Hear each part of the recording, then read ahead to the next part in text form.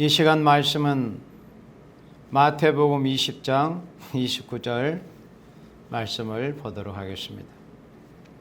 저희가 여리고에서 떠나갈 때 큰 무리가 예수를 쫓더라. 소경 둘이 길가에 앉았다가 예수께서 지나가신다 함을 듣고 소리질러 가로되 주여 우리를 불쌍히 여기소서 다윗의 자손이여 하니, 예수님께서 예루살렘으로 올라가는 길목에서 이제 여리고를 떠나서 예루살렘을 향하여서 가실 때였습니다. 마태복음 20장을 여러분들이 읽어보시면 아시겠지만 세베대의 어머니, 곧 야고보와 요한의 어머니가 자신의 두 아들을 좌우정승이 되게 부탁을 한 바로 그때였습니다. 그때 예수님께서 큰 자는 섬기는 자가 큰 자다, 곧 섬기는 자가 되어야 될 것이다, 그렇게 말씀을 하신 때였습니다. 그리고 이제 바로 그곳에서, 곧 여리고에서 떠나갈 때 큰 무리가 예수님을 이제 함께 따랐습니다. 그때 소경 둘이 길가에 앉아 있었습니다. 소경 두 명이서 길가에 앉아 있었습니다. 그래서 오늘 이 시간 말씀의 제목은 두 소경에 응답받은 부르짖음이라는 제목의 말씀으로 말씀을 전하고자 합니다. 두 소경이 어떻게 해서 예수님께 응답을 받게 되었는가 하는 말씀을, 짧은 말씀이지만은 같이 살펴보도록 하겠습니다. 소경 두 명이서 예수님이 지나가시는 그 길목에 섰습니다. 참 많이 불편한 생명입니다. 육체의 눈을 볼 수 없는 생명이죠. 그러니까는 보지 못하는 인생입니다. 보지 못하는 인생. 잘 보는 사람은 그 눈이 보지 못하는 사람의 불편함을 전혀 알 수가 없는 것이죠. 그 어떤 일생을 또 보이지 않게 된 그때로부터 이 세상에 사는 날 동안에 보지 못하고 산다는 것이 얼마나 큰 불편이고 또 불행스러운 일입니까? 그래서 이 소경 두 명은 보지 못하는 그런 인생들이었습니다. 서로 이해하고 동병상련이라고 하는 것이죠. 서로의 형편들을 이제 이해하면서 서로 위로하면서 서로 돕고 그렇게 같이 있는 그런 사람들이 바로 여기 소경 두 명이었습니다. 그런데 예수님께서 지나가신다 함을 들었습니다. 예수님이 지나가신다는 소식을 들어서 보지는 못하지만은 소음은 곧 귀는 열려있기 때문에 들을 수는 있었거든요. 그래서 그들이 비록 눈을 보지 못해서 활발하게 여기저기 빠른 속도로 다니지는 못했지만 그래도 자신들을 지나다니는 사람들을 통해서 예수님에 대한 소문을 이렇게 듣고 있었을 것입니다. 그래서 그들은 한편으로는 만약에 그 예수님께서 자신들에게 가까이 오셔가지고 정말 눈을 만져주시든지 아니면 실로암의 그 소경처럼 그 진흙을 이겨서 그들의 눈에 발라서 눈을 보게 해주신다든지 그냥 예수님 말씀 한마디만 하셔서 눈을 뜨게 해주신다든지 그래 여러 가지 상상을 아마 하기도 했을 것입니다. 그런데 그때 마치 너무나 기쁜 소식을 들었던 거예요. 예수님이 자기네들의 있던 곳을 지나가신다는 그 기쁘고 기쁜 소식을 들은 겁니다. 바로 그러니까 그 두 소경에게는 복음이죠. 아름다운 소식이 들려진 거예요. 너무나 기쁘고 기쁜 소식. 그보다 소경에게서 그보다 기쁜 소식이 어디 있겠어요? 그 능력자 소경도 눈을 뜨게 하고 38년 된 중풍병자도 고쳐주시고 안전병에도 일으키시고 심지어 죽은 자도 살리시는 그런 능력을 가지신 예수님께서 지나가신다는 그 소식이 얼마나 그들에게 기쁜 소식이었겠습니까? 그 기쁨의 소식을 접했습니다.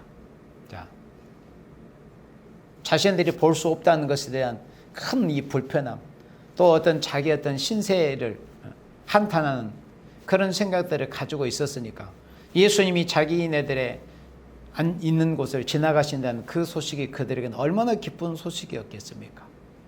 그래서 기쁜 소식이 들려올 때 이제 자신들에게는 은혜 받을 그런 시간이 점점 자기네들 앞으로 다가오는, 그러니까 예수님께서 한 걸음 한 걸음, 한 발자국 한 발자국 자신들을 향해서 가까이 오는 바로 그 시간이 자신들이 바로 이제 은혜를 받을 그런 시간이 이제 가까워지는 거예요. 예수님과의 그 거리가 좁혀지는 그런 시간들이. 그래서 그들은 내심 굉장한 기대를 했을 겁니다. 틀림없이 기대를 했습니다. 이 두 소경들이 예수님에 대해서 하는 모습을 보면 분명히 알 수 있습니다. 얼마나 예수님을 기다렸던지. 소문만 들었던 그분이 정말 내 곁에 내 앞을 한 번만 지나가시면 나에게는 소원이 없겠구나, 이런 마음으로 예수님을 기다렸습니다. 그래서 예수님이 지나가신다. 그러면은 예수님이 설령 자기네들의 그 앉아있는 곳이나 서 있는 곳 바로 코앞을 지나가지 않을지라도, 멀찍이 지나가신다 할지라도 그들에게는 방법이 있었어요. 여기서 보면은 소리 질렀다고 그랬습니다. 예수님께서 자기네들이 앉아있는 곳, 서 있는 곳에 바로 코앞을 옷을 스칠 정도의 그런 지근거리에서 예수님이 지나가신다면 소리 지를 필요도 없었겠죠. 그러나 자신들이 있는 그곳에서 어느 정도 거리가 떨어지는 그곳을 지나가신 그런 상황이었지 않겠습니까? 그래서 그들은 절박한 심령으로 이렇게 예수님께 소리를 질렀습니다. 부르짖었던 거예요. 소리를 질렀습니다.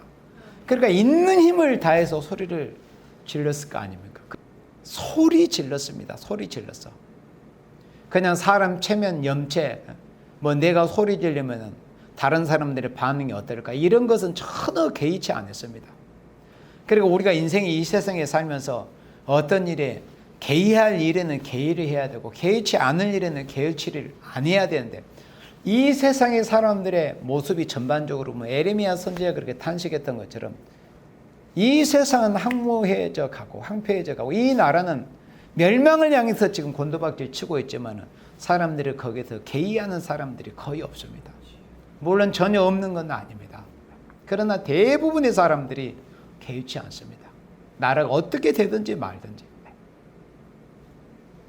그러나 이 두 소경은 예수님이 자기네들이 있는 곳에서 어느 정도 거리가 있는 그것을 지나가실 때 소리를 질렀습니다. 염치가 무슨 소용이냐, 체면이 무슨 소용이냐, 막 소리를 내질렀습니다. 부르짖었습니다. 아마 그들은 온 힘을 다해서 부르짖었을 겁니다. 소리를 질렀을 겁니다. 왜 그랬을까요? 만약에 그 시간 예수님이 자기네들 앞을 지나가시는 그 시간 동안에 소리를 지르지 못하면 이제는 소리 질러도 소용이 없는 그런 이제 시간은 다 지나가 버리거든요. 그래서 예수님이 자기네들의 그 소리 지르는 소리를 들을 수 없는 아주 먼 곳까지 가셔버리면 그냥 소리는 지르도 소용이 없을 거 아닙니까? 때를 잃지를 아니해야 됩니다. 때를 잃지 말고 부르짖어야 된다.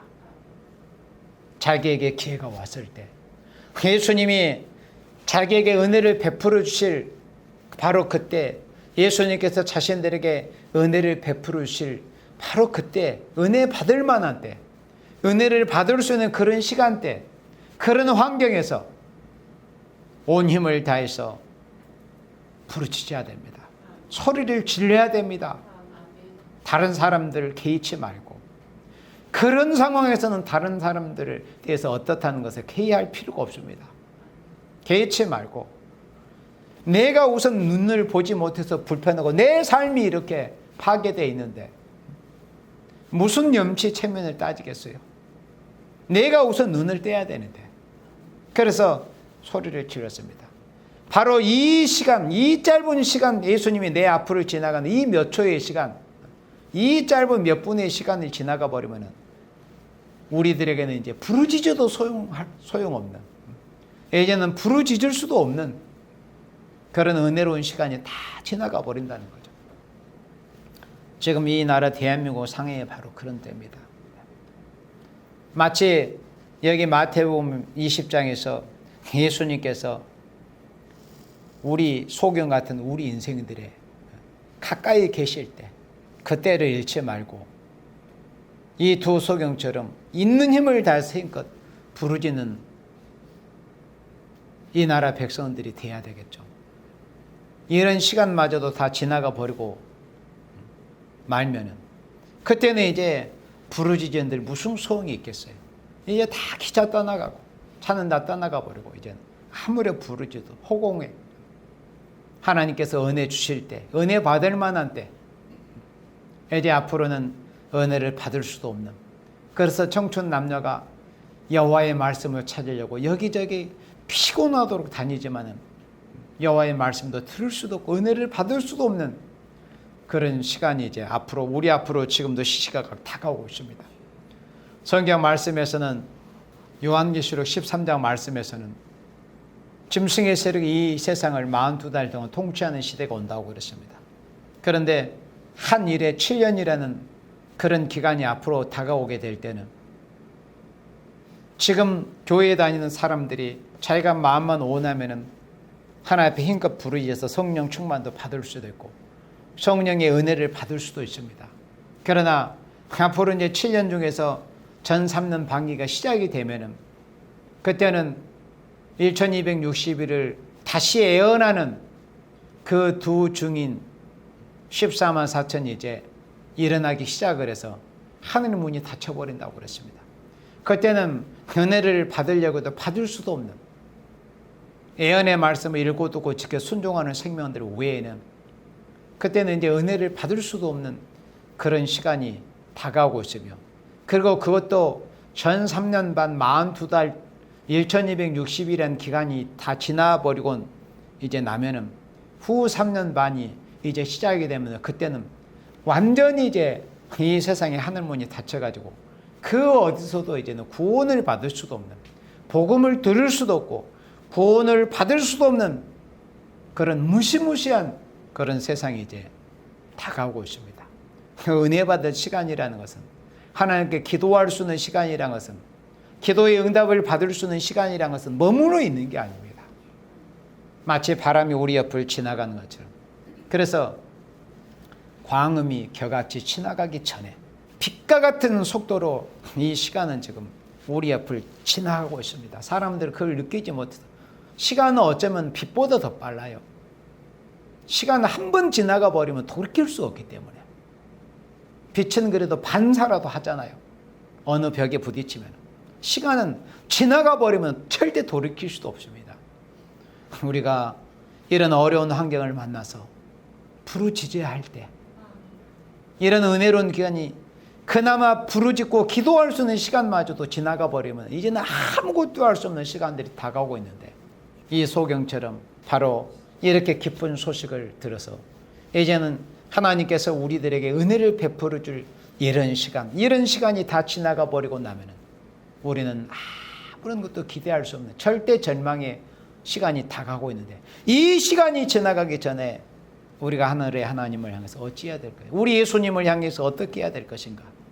있는 힘을 다해서, 젖먹던 힘을 다해서 이 두 소경처럼 부르짖어야 됩니다. 소리질러 가로되, 있는 힘을 다해서 소리를 지르습니다. 부르짖어야 됩니다. 어떻게 부르짖었습니까? 어떻게 소리를 질렀습니까? 주여, 우리를 불쌍히 여기소서. 우리를 불쌍히 여기소서. 지금 이 나라의 대한민국 형편이 하나님을 아는 사람이나 하나님을 알지 못하는 사람이나 모두가 다 예수님께 대해서 주여, 하나님, 예수님, 우리나라를 불쌍히 여겨주세요. 우리 한국 교회를 불쌍히 여겨주세요. 우리 세일교회들을 불쌍히 여겨주세요. 이렇게 우리를 불쌍히 여겨달라고. 이 처참한 이 형편을 보시지 않습니까? 예수님께서 우리의 눈을 밝혀주시지 않으면 우리 스스로는 안 됩니다. 이거는 불가항력적인, 사람이 어떤 거 도저히 해결할 수 없는 이런 문제를 앞에 놓고 오직 우리 인생으로서 해야 될 것은 우리 인생의 미약함을 깨닫고 예수님만이 우리 인생의 참된 목자이시고 유일한 참 목자, 유일한 선한 목자이신, 우리의 인도자이신, 우리의 구원자이신 예수님께 이렇게 우리가 부르짖어야 돼요. 주여, 우리를 불쌍히 여기소서. 이 나라 대한민국을 불쌍히 여겨주세요. 그래서 이렇게 기도하고 부르짖고 뭔가 주의를 부응케 하기 위해서 애를 쓸 만한 시간들도 얘는 이렇게 잠깐의 시간, 예수님이 우리 곁을 이제 지나가고 몇 걸음 걸어가시는 그런 시간, 그 시간이 지나가 버리면 이제 부르짖어도 소용없는 이런 때가 지금 오고 있다는 이런 절박함을 깨닫고 이런 두 소경 같은 심정으로 부르짖어야 된다. 우리를 불쌍히 여기소서. 우리나라를 불쌍히 여겨주세요. 우리 한국 교회들을 불쌍히 여겨주세요. 이렇게 부르짖어야 된다는 거예요. 그런데 주여, 우리를 불쌍히 여기소서. 두 소경이라고 그랬습니다. 아까 말씀했던 것처럼 이들은 동병상련의 그런 관계가 있었습니다. 서로의 그 처지를 불쌍히 가엾게 여기면서 서로 의지하면서 내가 힘드니 나와 똑같은 형편에는 당신도 너도 나와 똑같은 고통을 겪고 있겠구나. 이런 아픔을 공유하는. 그래서 예수님이 지나가실 때 정말 진짜 이기적인 인생이라면 예수님 저 좀 고쳐주세요. 저 어려운 사람이 옆에 있는데 똑같은 형편에 나 좀 고쳐주세요. 이렇게 했지만 여기 두 소경이 우리를 불쌍히 여기소서.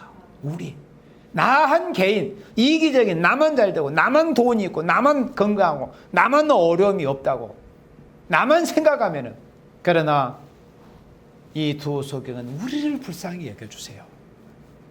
우리라는 게 얼마나 아름답고 소중하고 중요합니까? 우리를 불쌍히 여겨주세요.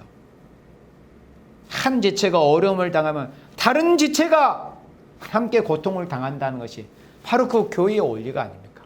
이 대한민국도 사실은 한 공동체 아닙니까?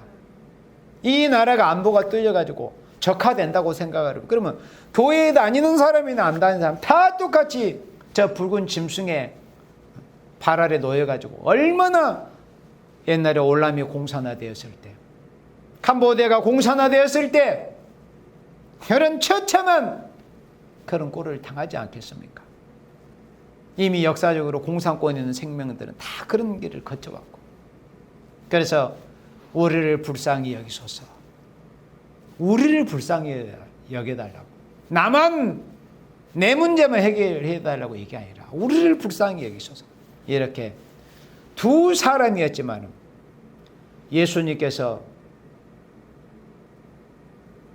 두 사람이 내 이름으로 모인 곳에 내가 그들과 함께 할 것이다. 그러니까 이러는 육체적으로는 너무 불편한 소경들이었지만 벌써 합심이 되고 마음이 합심이 되고 예수님을 향해서 부르짖었다는 것은 이들이 두 소경이었지만 벌써 교회가 거룩한 교회가 이루어진 것 아닙니까? 부르짖는 대상이 예수님이니까, 신앙의 대상이 예수님이니까 두 사람, 비록 두 사람이고 두 사람 처지가 이렇게 안타까운 형편에 있지만 예수님을 향해서 부르짖어서 얼마나 거룩한 교회의 모습입니까? 합심 기도를 한 겁니다. 합심 기도. 우리를 불쌍히 여겨서 나만 불쌍히 여겨주세요. 내 가정만 불쌍히. 이건 합심 기도가 아니에요. 우리를 불쌍히 여겨주세요. 우리나라를 불쌍히 여겨주시고 우리의 교회들을 불쌍히 여겨주세요. 우리의 가정들을 불쌍히 여겨주세요. 우리 형제자매들을 불쌍히 여겨주세요. 이렇게 합심 기도했어요. 두 소경이. 사실은 지금 이 나라 대한민국에 사는 거의 모든 생명들과 오늘의 교회에 다니는 우리를 비롯한 거의 모든 생명들이 예수님 보실 때는 이 두 소경과 같은 이런 형편이 있을 겁니다.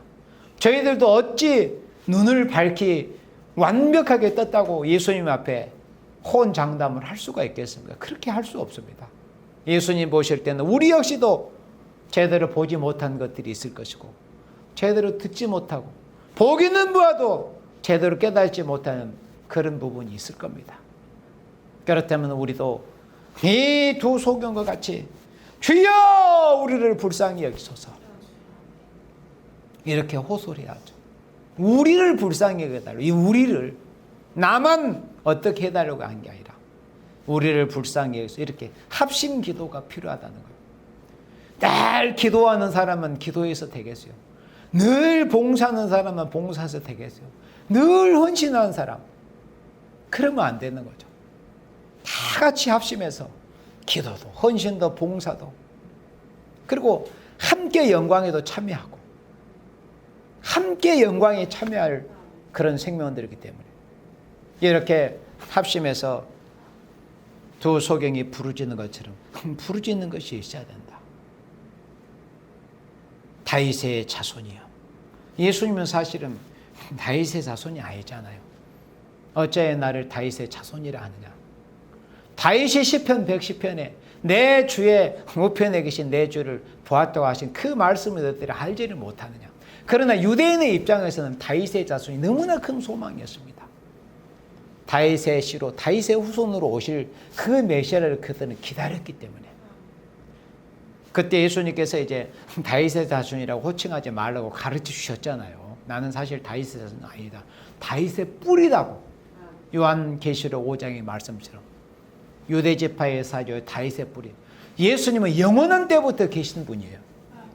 지금 예수님이 육체적으로 다윗보다 1000년 후에 오신 게 사실입니다. 육체를 입고. 그러나 세상은 예수님께서 1000년 전에 예수님이 오셨을 당시에 1000년 전에 살았던 다윗보다 뭐 100년, 1000년, 1억 년 전에 존재하신 분이 아닙니다. 영원한 때부터 존재하신 분이 예수님 아니십니까? 그렇지만 유대인들은 다윗의 자손이 오기를 기다렸습니다. 얼마나 반가웠던지.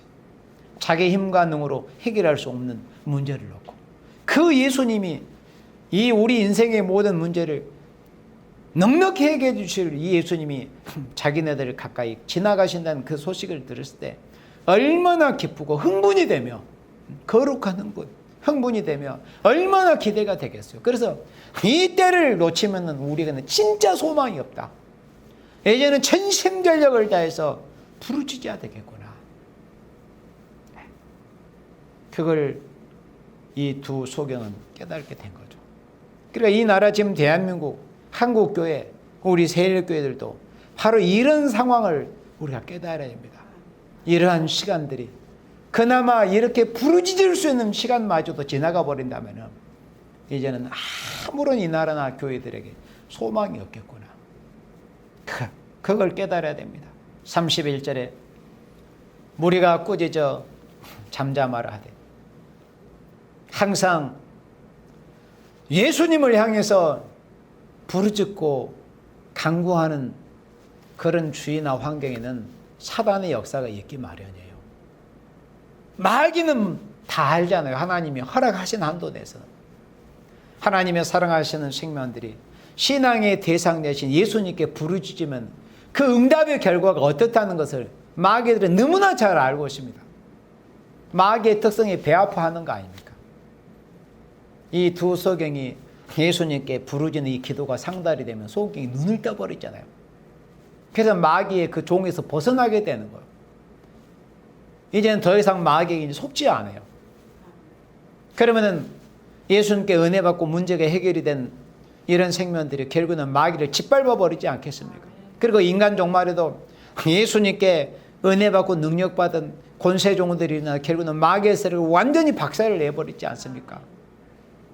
그래서 결국 이 세상이 끝나는 날에 마귀는 요한계시록 20장 말씀처럼 현사들이 쇠사슬을 가져와서 붉은 영 옛뱀 마귀 사단을 잡아서 무속에게 전던 넣어버려서 1000년 동안 활동하지 못하도록 해버린다는 것이 요한계시록 20장 말씀입니다.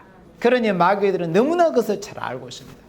그러니 어떻게 하든지 하나님의 사랑하시는 생명들이 형편이 어려운 생명들이 더군다나 예수님께 기도하는 것을 어떻게든지 방해해 보려고 하는 것이 마귀라는 녀석들이 하는 짓거리입니다. 마귀가 직접 말합니까? 그렇게 마귀가 영적인 영음으로도 말을 하기도 합니다. 이 영의 귀가 열려있는 사람은 마귀 소리도 듣기도 하거든요. 그런데 보통 마귀들은 특별한 경우가 아니구나, 사람을 통해서 한다는 것을 우리가 잘 알고 있지 않습니까? 사람 속에 사람의 심령을 충동해 가지고 이렇게 이런 소리를 짓거리게 하는 거예요. 뭐라고? 잠잠하라고. 무리가 꾸짖어 잠잠하라대. 그래서 조용히 좀 하라는 거죠. 그러니까 그 무리들이 이 귀청이 찢어질 고막이 터질 정도로 막 외쳤다는 걸 알지 않습니까? 얼마나 크게 소리를 지르는지 막 시끄럽다는 거예요. 막 소음 막 뭐 몇 데시벨 정도 되는지 알 수는 없지만 그게 무슨 상관이냐? 우리가 이렇게 어려운 형편에 있는데, 우리가 보지 못하고 불편한데, 내 삶이 이렇게 망가지는데 내가 눈을 떼야 되는데, 바로 이 시간이 지나가 버리는 이런 기회를 이제 영영 다시 찾지 못할 수도 있는데, 그게 무슨 상관이냐? 개의치 않고 부르짖었습니다. 그러니까는 무리가 꾸짖어 잠잠하라. 역시나 예외 없이 마귀가, 사단이 기도를 방해한 겁니다. 부르짖었지만은, 부르짖고 있을 때 무리가 꾸짖어 잠잠하라. 제발 조용히 좀 하라고, 시끄럽다고. 이게 뭡니까? 이게 기도를 방해하는 이 사탄의 참소입니다. 그걸 알아야 돼요. 누가 방해한다고 하나님의 백성이 예수님께 기도하는 것을 멈춰서고 거기에 뭔가 압력을 받고 그러셔야 되겠습니까? 또 이 시대에 하나님의 사람들이, 하나님의 백성들이 이 시대에 이 나라에 되어져 가는 것을 보고서도 입을 다물고 큰 소리 내는 것을 누가 하지 못하게 뭐 제재를 가한다거나 위압을 준다거나 그런다고 해서 그게 잠잠해서 되겠습니까? 더 크게 부르짖어 버려야죠. 그래서 어떻게 했습니까? 두 소경이 꼭 그랬습니다. 더욱 소리질러 가로되 그랬습니다. 그러니까 이 마귀 사단이 가만히나 놔뒀으면 그냥 그대로 부르짖었을 텐데, 이 마귀 사단이 방해를 하니까 더 힘을 내버리는 거죠. 이게 살아있는 교회의 모습이에요. 이게 살아있는 하나님의 종들, 하나님의 성도들의 모습입니다. 마귀 새끼들은 그걸 잘 모릅니다. 뭔가 이압을 가하고 짓밟으면 뭐 기독교가 제대로 뭐 활동을 하지 못할 거라고, 그리고 그대로 그냥 사그라져 버릴 생각하지만, 이 기독교의 특성이란 그거예요. 마귀 사탄에서 이렇게 짓밟고 핍박을 가할수록 더 단단해지고 견고해져 가는 겁니다. 더욱 소리를 질러버렸어요. 바로 지금 이 나라 대한민국의 현실을 보고서 우리가 바로 이래야 될 때요. 지금 뭐 차별금지법이니 뭐니 인권조례니 이런 것을 통해서 얼마나 이 기독교를 짓눌려 놓으려고 하려고 이 마귀 사탄의 세력들이, 종북 세력들과 영북 정권과 또 뭐 좌파 교육감이나 이런 정교조나 민노총이나 이런 녀석들을 통해서 얼마나 지금 약화시키려고 하는 이런 시도들이 지금 보여지고 있지 않습니까? 그럴 때 어떻게 해야 됩니까? 더욱 소리질러. 가만히나 놔뒀으면 더 힘 안 낼 건데 기도를 방해하고 대적을 하니까 더욱 소리를 질러버렸어요. 그래서 살아있는 교회, 하나님께 속한 교회, 하나님께 속한 하나님의 사람들은 마귀의 사탄이 대적하라고 해방하러 참수할 때 대적이 있을 때도 힘이 나는 거예요. 대적이 있을 때 더욱 소리질러 가로되 주여 우리를 불쌍히 여기소서, 다윗의 자손이 하느니라. 더 소리를 질렀습니다. 바로 이 나라와 오늘의 교회들의 현실을 보고서 이 두 소경처럼 우리도 더욱 우리가 힘을 내서 부르짖고 소리를 질러야 됩니다.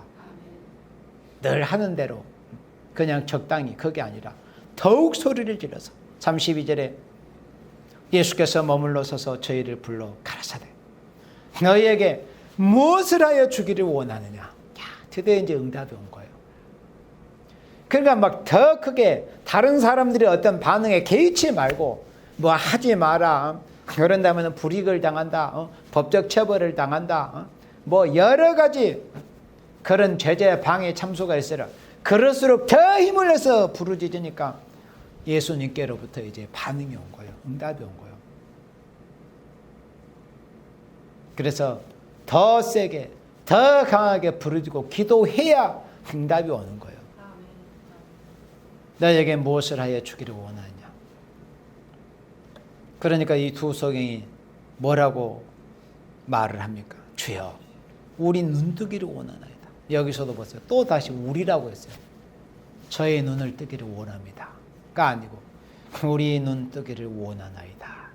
눈 뜨기를 원합니다. 그런데 보세요. 예수님께서 무엇을 하여 주기를 원하냐? 그러면은, 이야, 드디어 말씀만 하시면 뭐든지 해주실 수 있는 나사렛 예수님이 이렇게 오셔가지고 원하는 대로 구하라고 하네. 뭘 해줘? 그러면 저는 눈도 뜨고 싶고 100억도 저는 받고 좋은 대울 같은 집도 저는 필요합니다. 아주 예쁜 만나라도 필요하고 뭐 굉장한 또 세상에서 한 자리 하는 것도 필요하고 이것도 저것도 뭘 하여 주기를 원하니까 예수님 뭐든지 해주실 수 있잖아요. 그때 두 소경이 뭐라고 대답을 합니까? 예수님께 이렇게 말씀을 드립니까? 주여, 우리 눈 뜨기를 원합니다. 다만 우리는 눈을 뜨기를 원하는 것뿐입니다. 얼마나 겸손하게 이렇게 구합니까? 우리 눈 뜨기를 원하는 것뿐입니다. 우리가 다른 걸 바라지 않습니다. 우리는 다만 눈 뜨기를 원하나이다. 이렇게 겸손하게 구했습니다. 그래서 기도의 응답이라는 것은 겸손한 사람이 기도도 할 수 있으며 기도의 응답을 받을 수 있습니다. 자, 기도는 누가 할 수 있다고요? 겸손한 사람만이 기도를 할 수 있어요. 실제로 그렇습니다. 자기가 뭘 할 수 있다고 생각하는 사람은 기도 안 합니다. 교회 다녀도. 겸손한 사람은 내 스스로는 할 수 없구나. 인간의 능력이라는 것은 참 하찮고 보잘것이었구나. 결국 예수님이 해 주셔야 되는구나. 그런 겸손한 마음. 기도는 누가 하냐? 겸손한 사람이 기도를 할 수 있는 겁니다. 그리고 기도를 해도 누가 예수님께로부터 기도의 응답을 받아요? 겸손한 기도. 겸손하게 기도할 때 예수님께 기도의 응답을 받을 수 있는 것입니다. 겸손할 때.